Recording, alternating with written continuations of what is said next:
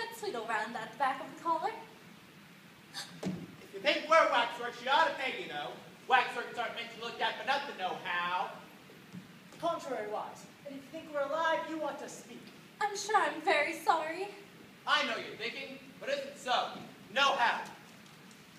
Contrary-wise, and if it was so, it might be, and if it were so, it would be. But as it isn't, it ain't. That's logic. I was thinking, which is the best way out of this wood? It's getting very dark here. They look so exactly like a couple of schoolboys. First boy. Know how. Next boy. Contrary-wise. Would you tell me? You like poetry? Yes, pretty well. Some poetry. What shall we repeat to her? The walrus and the carpenter. That's longest. If it's very long, would you tell me? The sun was shining on the sea. Shining with all his might. He did his very best to make. The billows smooth and bright. And this was odd. Because it was The middle of the night.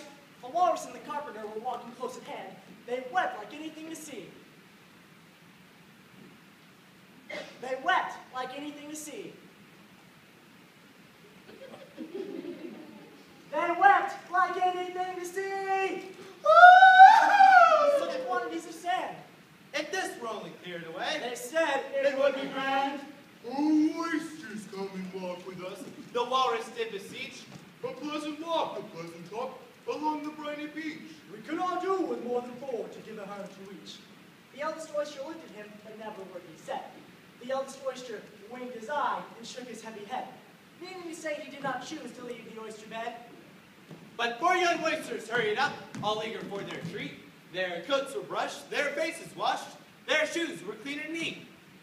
And this was odd, because, you know, they hadn't any feet.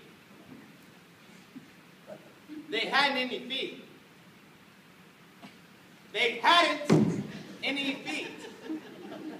But 4 more oysters followed them, and yet another 4, and thick and fast they came at last, and more and more and more, all hopping to the brawny waves, and scrambling to the shore. The walrus and the carpenter walked on a mile or so, and then they rested on a rock conveniently low, and all the little oysters stood and waited in a row. The time has come, the walrus said, to talk of many things, of shoes and ships and sailing, likes of cabbages and kings. And why the sea is boiling hot, and whether pigs have wings. A loaf of bread, the walrus said, is what we chiefly need. Pepper and vinegar besides are very good indeed. Now, if you're ready, oysters dear, we can begin to feed. But not on us, the oysters cry, turning a little blue. After such kindness, that would be a dismal thing to do. The night is fine, the walrus said. Do you admire the view? It seems a shame, the walrus said, to play them such a trick, after we brought them out so far, and made them trot so quick.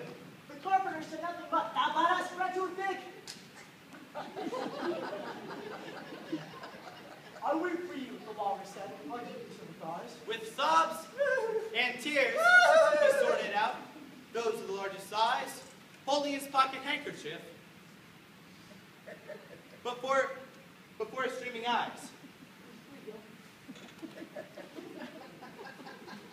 Oh, oysters, said the carpenter, you've had a pleasant run. Shall we be trotting home again? What answer? Came there none.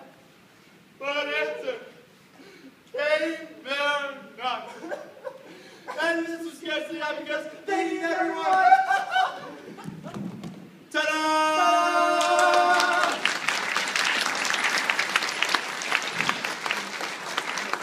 I like the walrus best, you see, because he was a little sorry for the boy oysters. But he ate more than the carpenter, though. You see, he stuck his handkerchief in front, so the carpenter couldn't see how many he took, contrary-wise. Well, that was mean. Then I like the carpenter best, if he didn't eat so as many as the walrus. But he had as many as he could get. Well, then they were both very unpleasant characters. At any rate, I'd better be getting out of this wood.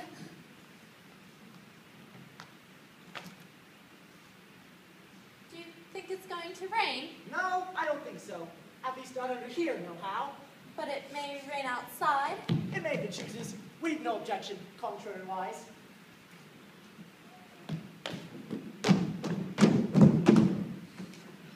Selfish things.